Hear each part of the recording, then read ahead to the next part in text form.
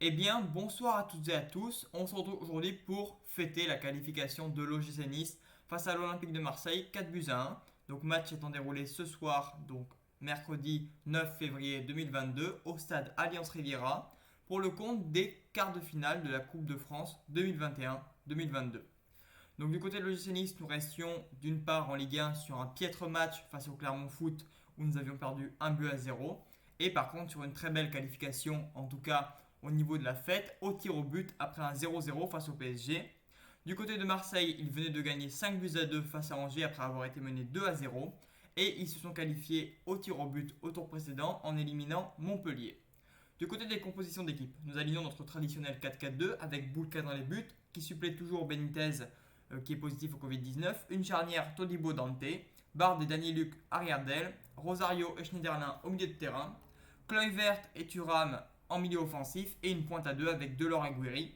Du côté de l'OM, on retrouve un 4-5-1 avec Lopez dans les buts, Kaletakar et Balerdi en charnière centrale, Perez et Saliba arrière d'aile, Gerson et Gendouzi en milieu défensif, Payet, Rongier, Under en milieu offensif et une pointe seule avec Milik.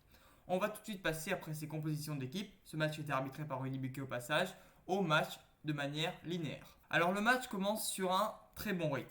Voilà, on sent que les deux équipes ont envie de proposer du jeu, même si c'est Marseille qui semble un peu avoir l'ascendant et qui à la quatrième minute de jeu prend les commandes sur un ballon qui revient d'un côté de la surface de réparation.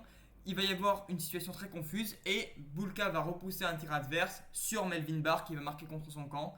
Melvin Barr déjà pas en réussite face à Clermont qui commence mal ce match. Il va y avoir une intervention de la VAR. C'est très limite parce qu'il pourrait y avoir une position de hors-jeu de Milik, mais la VAR accorde le but. Alors honnêtement, c'était limite, mais je vais accorder le bénéfice du doute aux arbitres en disant qu'ils avaient une image meilleure que la nôtre. Je n'ai pas vu précisément le révélateur, donc on va dire que ce but semblait valable. En tout cas, Nice ne se laisse pas démonter, malgré les nombreux absents, dont Benitez, Dolberg qui est également positif au Covid-19. 10e minute de jeu, on a un bon travail de Thuram. Gouiri qui fait un très bon travail dans la surface de réparation et qui trompe Lopez, le gardien, préféré à Mandanda même en Coupe de France. Ce but qui va dans un premier temps être refusé pour une potentielle position de hors-jeu. Mais finalement, après recours à la VAR, c'est limite également comme Marseille et ça semble être en faveur de Nice. Donc ce but qui est accordé, but valable pour le chez Nice. Nice qui continue sur ce bon rythme avec une frappe de Thuram qui va malheureusement passer de beaucoup à côté. Et voilà, c'est un match qui est vraiment plaisant, qui vous a peut-être fait un peu stresser si vous êtes supporter d'une des deux équipes. Mais voilà, c'est un match qui était plaisant. À la lumière de jeu, peu avant, on va avoir le deuxième but avec un ballon qui est sur le côté pour Guiri, qui décale de l'or plutôt.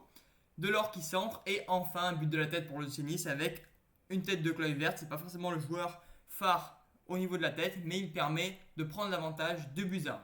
Alors là, après un début de match compliqué, on commence un petit peu à se détendre, les supporters de Nice. Kluivert qui est vraiment au four et au moulin, qui prend même un jaune pour un geste défensif pas maîtrisé, enfin en tout cas une faute grossière. Et on arrive à la mi-temps, après une dernière frappe de Payet qui passe au-dessus, à 2 buts à 1.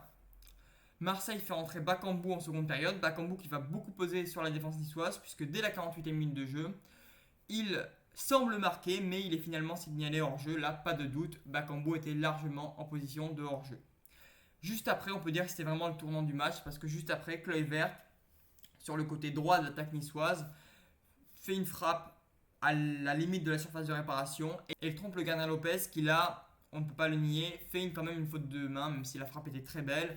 C'est pas non plus une frappe qui était pleine lucarne, le gardien aurait pu mieux faire selon moi. Mais ça fait 3 buts à 1 pour Nice et c'est vraiment le tournant du match puisqu'on prend 2 buts d'avance au lieu de s'être fait recoller au score. Ensuite, Marseille va évidemment tenter de revenir au score, mais Boulka va faire un bel arrêt face à un joueur marseillais, encore Bakambu. Et finalement, Nice va également avoir d'autres opportunités par Delors, par Todibo notamment de la tête.